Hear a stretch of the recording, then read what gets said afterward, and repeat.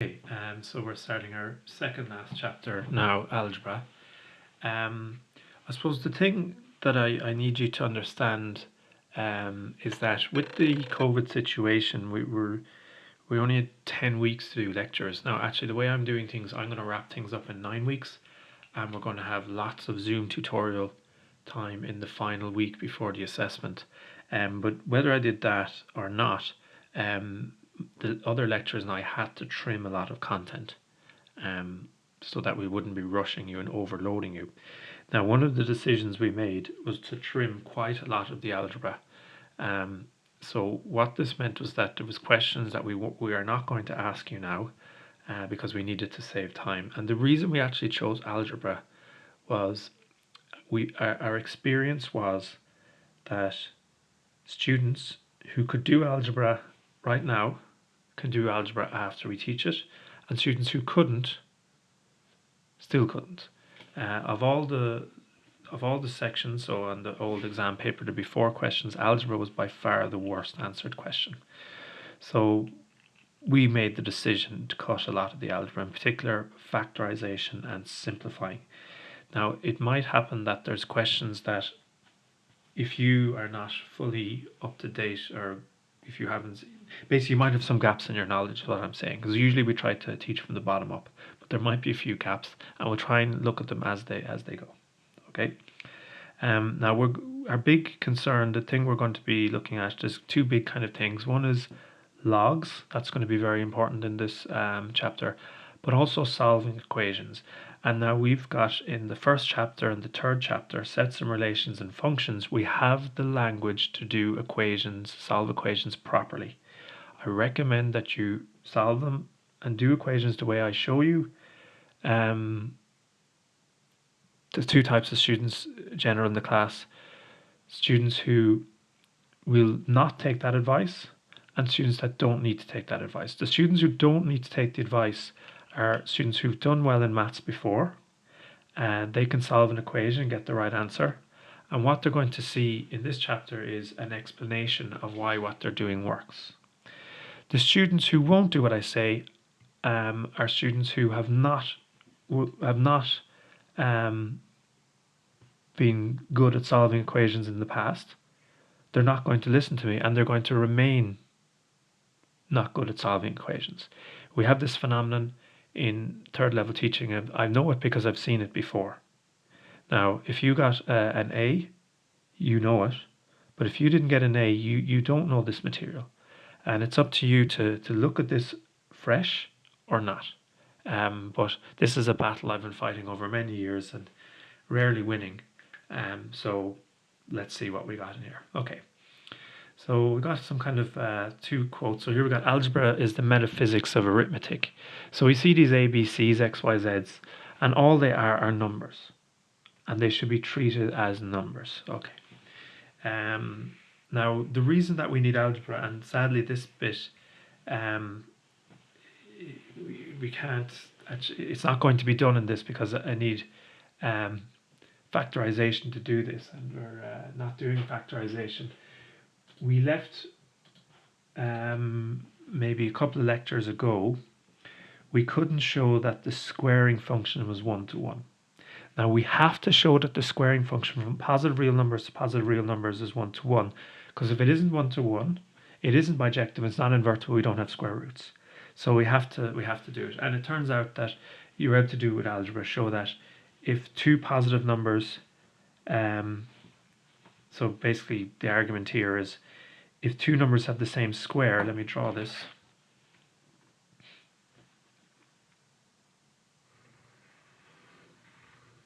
Maybe I'll leave it as an exercise.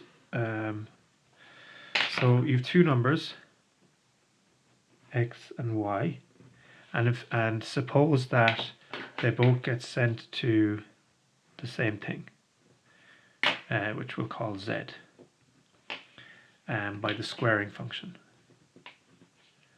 And these are positive real numbers to positive real numbers. Now what we have to show is that if this happens, because if this happens, it's not 1-to-1, that if we have 2 numbers that are squared to give you the same thing, that they're actually the same number. So there isn't really 2 arrows, there's only 1.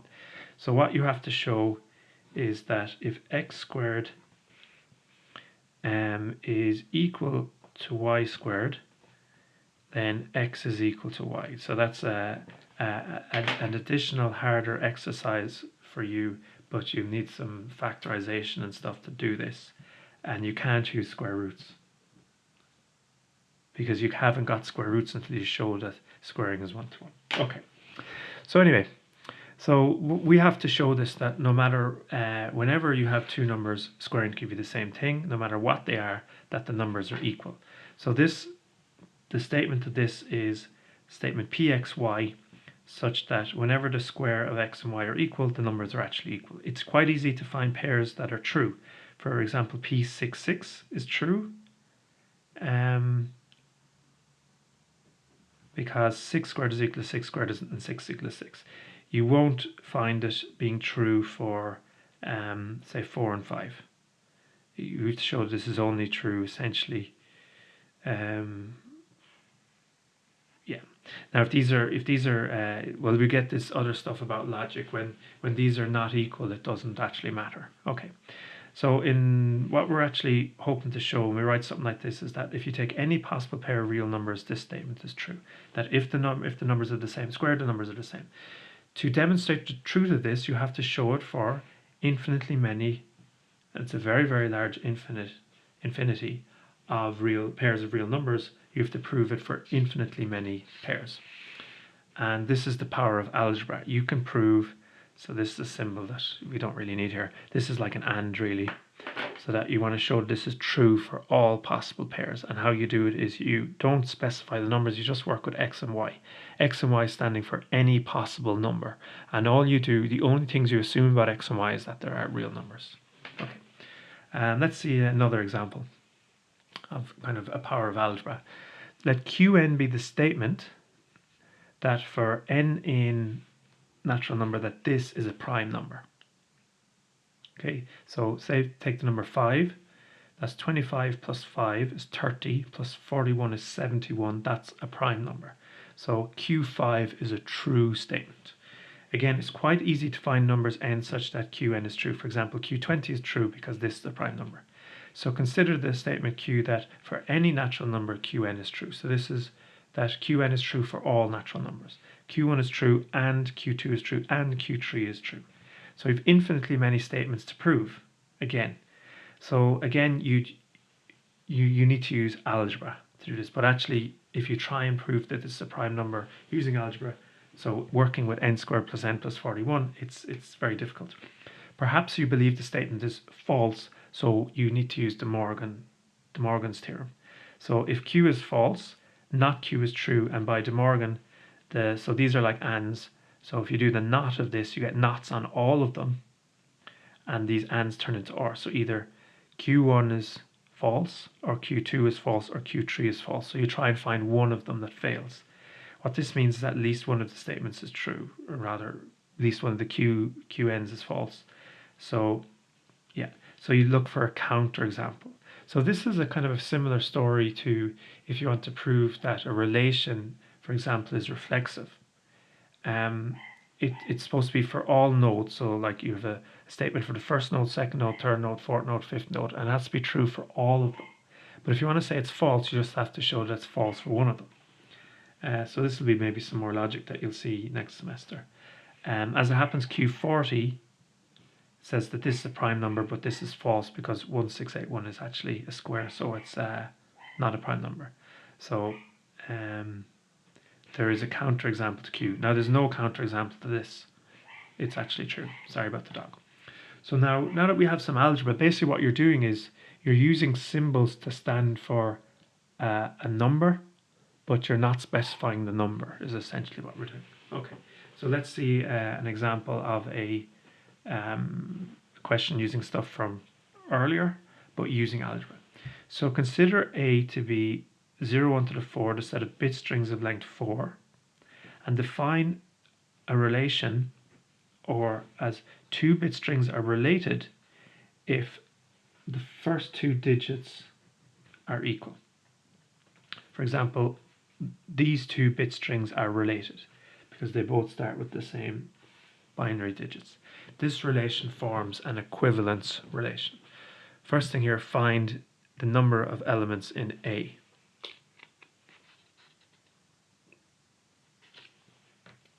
Okay, so we'll do that first. A is the number of bit strings of length 4. Now see this power 4 here? This means it's a Cartesian product of 4 of them.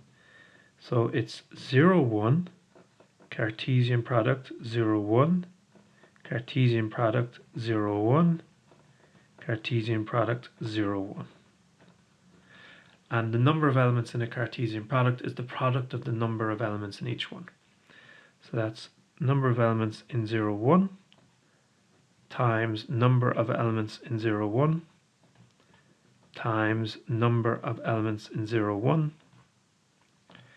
times number of elements in 0, 1.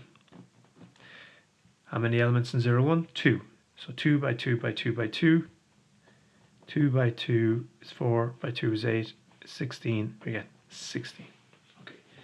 Prove that this relation is transitive.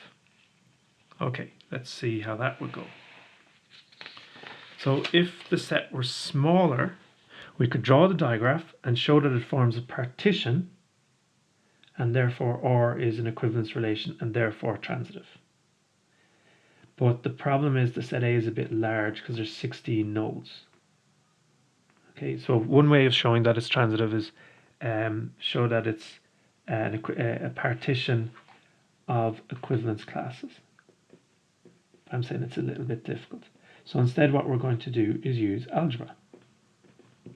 Okay, so in algebra you use symbols. This represents, so all these A1, A2, A3, A4 are either 0 or 1, but we don't specify. All of these are 0, 1, but we don't specify. All these are 0, 1, or we don't specify. So what we're going to show is that AB is in R. If we assume AB is in R and BC is in R, can we show that AC is in R? So if AB is in R, that means that, look what it says, they're related if the first two binary digits are equal. So this says that A1, A2 is equal to B1, B2. So the first bit says A1, A2 is equal to B1, B2. That's what that says. And B1, B2 is equal to, according to this, the first two digits here, C1, C2. And equality itself is transitive. So if A1, A2 is equal to this, and this is equal to this, therefore A1, A2 is equal to C1, C2. That is, the first two digits of this match the first two digits of this. That implies that AC is in the relation, and that implies that R is transitive.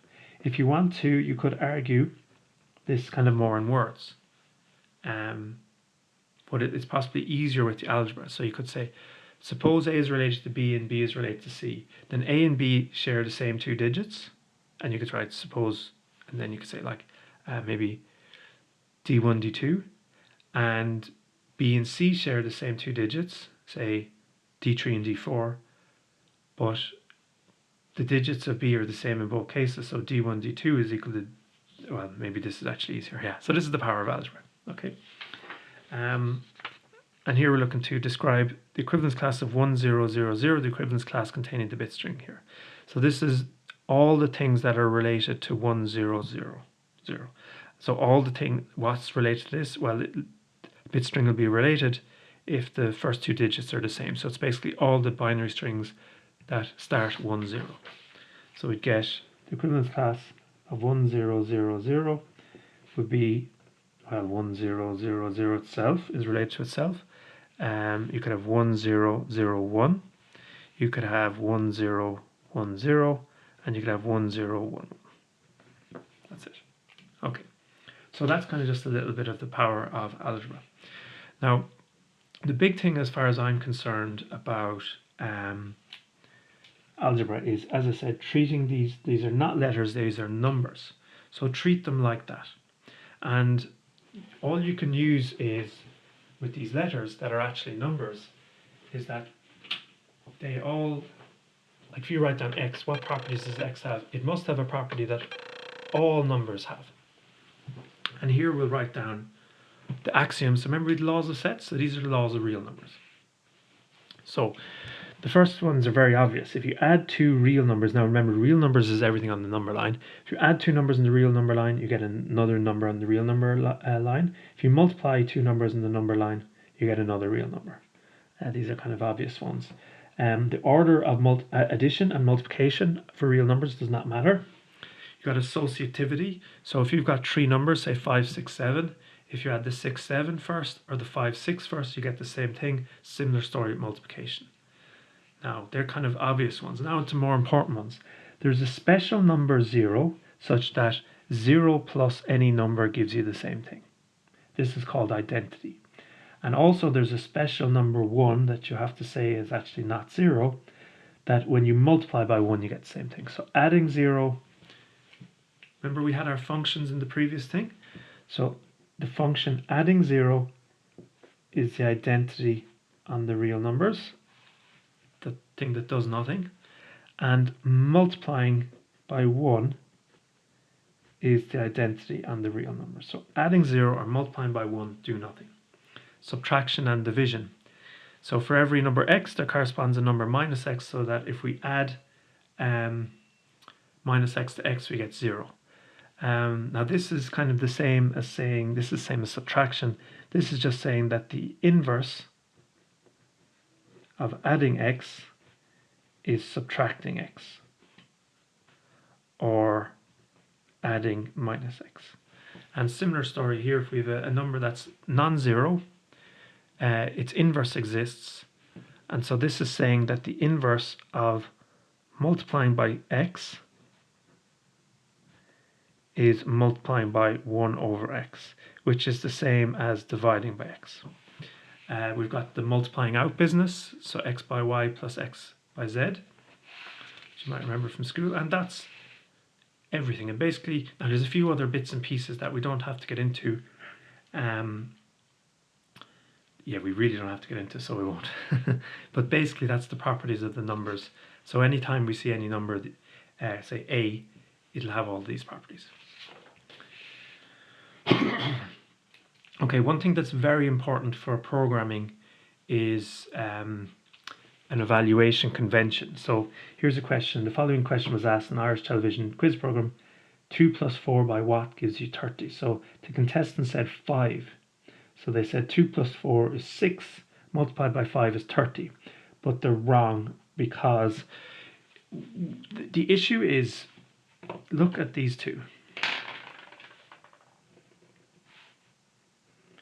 They look like, so we have a choice. We could make those ambiguous statements. Like, you could think of that you do the multiplication first and get 22, or you can do the addition first, in which case you would get 30.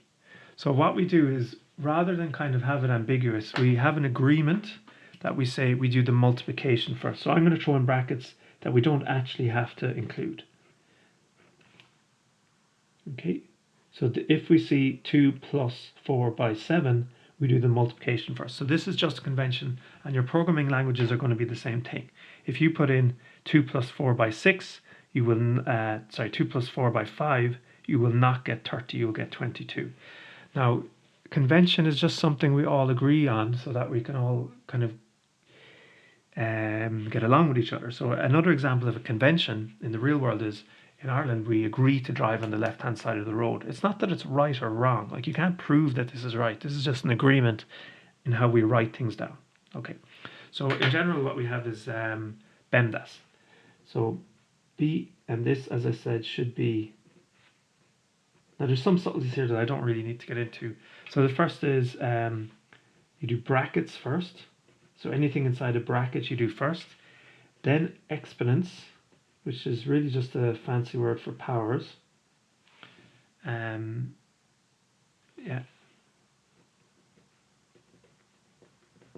And then multiplication, division. Now you might notice I put them on the same level, and that's because really division is actually multiplying is division. Like, if you want to divide by 7, you multiply by 1/7. So the same thing.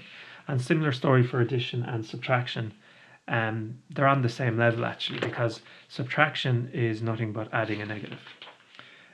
So in terms of an exponent and a power, So if you have 4 by 6 squared, you don't do the multiplication first, you do the power first. So this is 4 by 6 squared, 6 multiplied by 6 is 36, and whatever that may be. Okay. So if you want to say, right, add 2 and 4, then multiply by 5, so you'd be tempted to write 2 plus 4 by 5. As written, this is 22, but if you really want to do the addition first, you need to use a bracket to change the order. Okay. So here, as an example, do the brackets first. 3 plus 5 is 8. Then you do the exponential. 8 squared is 64. Then you do the multiplying by 2. Or you can do dividing by 4. You get the same. You actually get the same answer. So this order is important. And there's some questions down there for you to try. And here you will see that answers to exercises most of the time are there. So it's easier for you to check your answer. Okay. So the big thing that we're going to focus on here is equations. And what I kind of need you to do, if you're going to be really, really good at solving equations, is forgetting everything that you know about equations. Most of you, unless you like, if you ever think about moving when you're solving equations, please forget about it. It's just nonsense maths. It's making you cause errors. The thing that makes sense, and we're going to show that it makes sense, is you do the same thing to both sides. That's mathematics, and we'll explain why. Moving doesn't make sense. Why are you interested in equations? So the relationship between, say, temperature measured in Fahrenheit and measured in Celsius is given like this. Suppose, for argument's sake, you need a little bit of code to convert between Fahrenheit and Celsius. And you know the Fahrenheit you need to convert to Celsius. You need to be able to solve for Celsius in terms of Fahrenheit. Okay? Now, to convince yourself,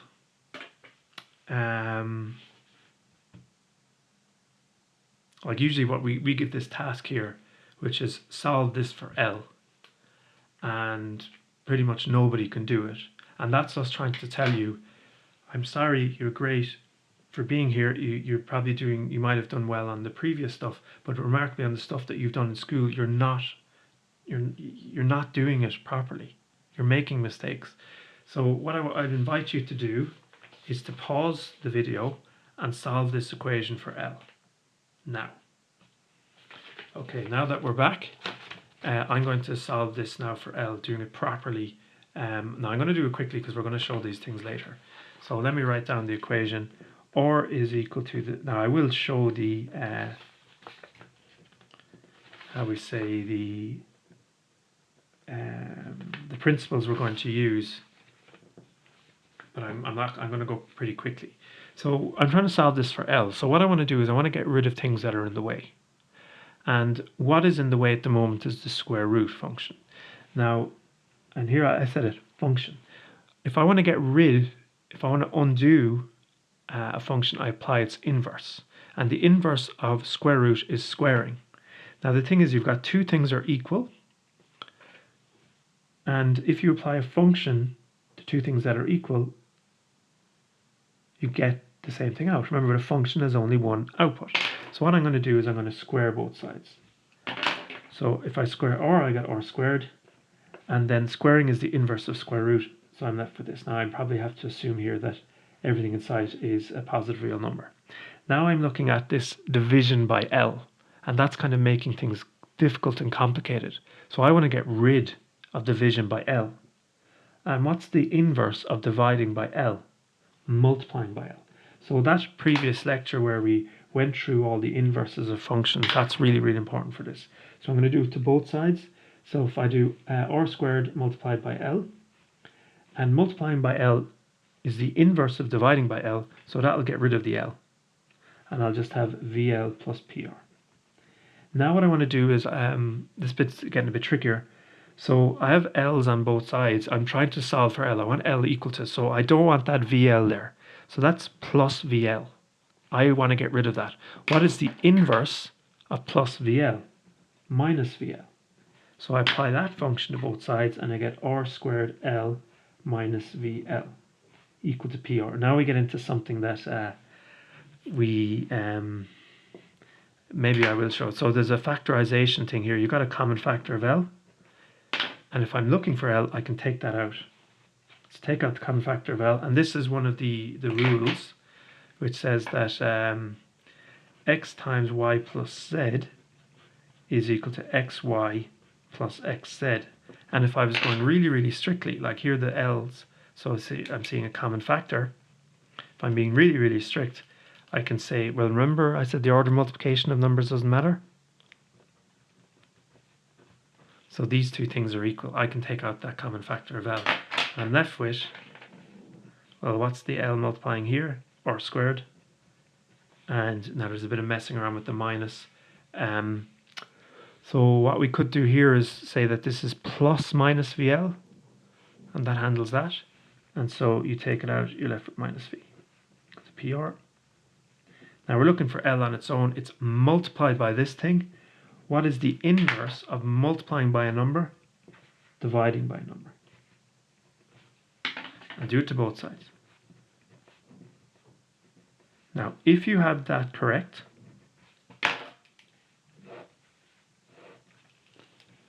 maybe what I'm going to show you in this chapter is going to make more sense of what you already know. But my bet is 80% of students did not get this right. You need to listen to what I'm going to say in these lectures. Okay. Sorry for the cranky tone. This is just, I can't get students to listen to me about this. Okay, I think we'll stop there.